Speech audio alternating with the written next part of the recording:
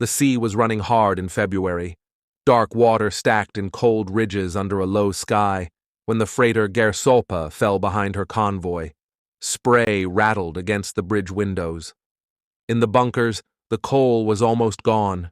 Captain Gerald Highland watched the lights of the ships ahead fade and chose the only option that might keep steam in the boilers.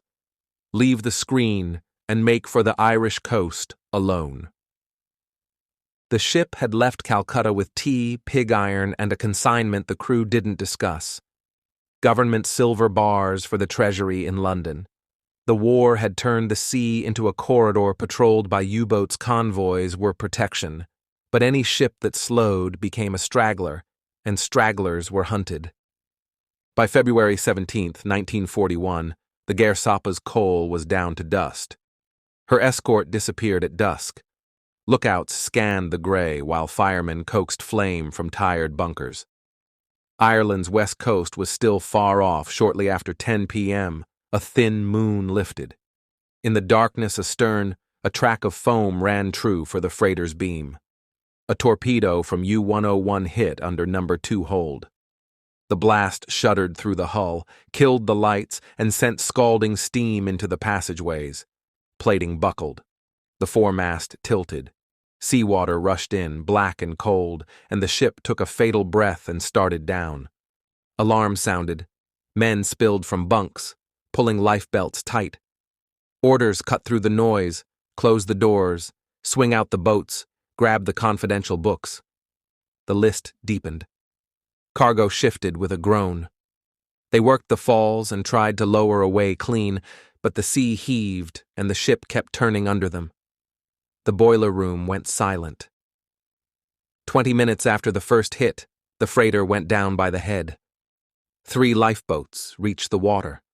In one of them, Second Officer Richard Ayres took the tiller and counted faces: sailors, gunners, and a cook who had brought a tin of milk and nothing else. The night wind cut through sweaters and oilskins. They watched their ship point her stern at the sky and slide under. The cold took their breath and then their strength. The other boats drifted off and were lost to the dark. Ayres aimed for the Irish coast more than 300 miles away. Rations were divided with a purser's exactness: damp biscuits, a measure of water that tasted of wood, a few lumps of sugar, a square of chocolate. The men bailed to keep the boat light, hands moving to a rhythm no one needed to call out. By morning, a storm found them. The sea rose in gray walls. Spray turned to sleet. 2 men worked a makeshift sail until the mast splintered. A man died and was committed to the sea. On the 3rd day, they sighted a distant light and tried to signal. It moved on. On the 5th, a plane droned somewhere above the cloud and never saw them. Some muttered to people who weren't there. The compass stuck and had to be tapped back to life. Still, the bow kept pointing northeast. Near the end of the 2nd week, a line of color broke the horizon, then cliffs, then the white wink of a lighthouse. Cornwall. Only 3 men still breathed. Surf tried to roll the boat as it closed. The Lizard too were swept away. Ayres held the tiller and a length of line and let the sea decide. The keel ground onto shingle, and the boat stopped hard. He crawled out and woke in a cottage with a constable asking for the ship's name. He was the sole survivor of 80-plus souls. The Admiralty wrote the loss into a column and closed the file. Families received letters with careful wording. The U-boat's log recorded bearing and time. The silver, thousands of bars, was marked unrecoverable. The ocean took the rest and hid it almost 3 miles down where light does not go. For decades, fishermen dragged nets over that patch of Atlantic and sometimes brought up nothing, sometimes mangled metal. Historians traced the last reports and circled coordinates. Technology caught up with the depth. In 2011, a survey ship swept a grid with side-scan sonar and drew a ghost on the screen, a ship-length shadow on the seabed. A remotely operated vehicle went down next, lowering into darkness with its own halo of lamps. Out of the murk, a bow appeared, the plating torn, the cargo hatchways yawning like open mouths. The cameras moved through still water into a hold where sediment lay like dust on a warehouse floor, and there, half buried, was a rectangular bar with edges too straight to be rock. The Gairsoppa was a British India Line freighter of about 10,000 tons, slow by 1941 standards and coal-hungry. Holding a convoy station meant discipline and fire room stamina. Once the bunkers ran low, she could not keep pace. Highland's choice to break away aimed at shelter, not gain. U-101 under Captain Lieutenant Ernst Mengersen had been patrolling the approaches. Hydrophones caught the freighter's beat before a lookout ever saw her. The approach was textbook Survivors, recalled one hard detonation and the hull answering like a struck bell. The lights died and the ship's head sank. Ayres later said he kept time in the boat with the only watch that still worked, steering by stars when cloud broke and by wind when it did not. On the 13th day, he smelled land, an earthy note beneath the salt, and the lizard appeared where it should have been. He was the sole survivor out of more than 80 aboard.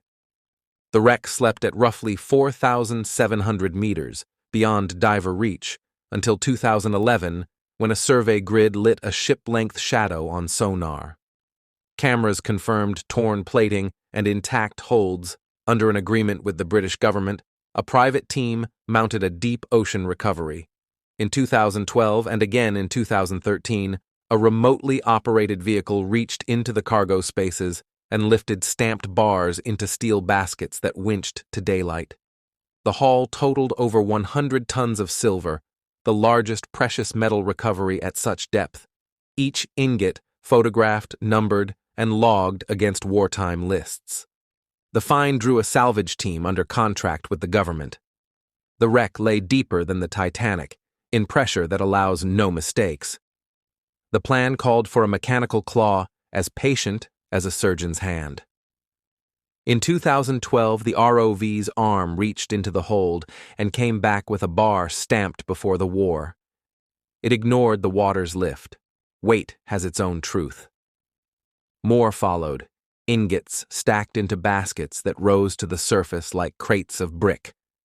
The first season brought up dozens of tons, the second more until the tally passed 100. For the families of the crew, the discovery gave weight to a story that had been flattened by distance. A bell with a name, a coordinate you could plot. In Cornwall, old clippings about the lone survivor were read again. In India, the departure ledgers were checked and cargo listings remembered.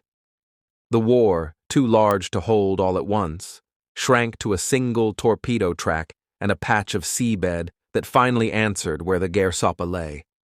What sank her was never mysterious. A U-boat found a straggler and fired. What followed, the quiet decades, the patient search, the machine hands reaching down miles of water, was the other half of the account. A freighter lost in 1941 surfaced in a new century as proof that paperwork and memory can outlast seawater. Stand at the Lizard on a winter evening, and the Atlantic still throws its shoulders at the rocks.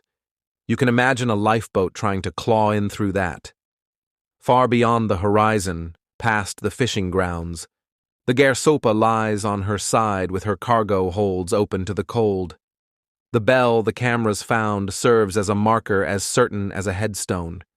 It ties a man in a lifeboat to the place where a watch ended and a wreck began, and it tells you exactly where to look when you say the ship's name.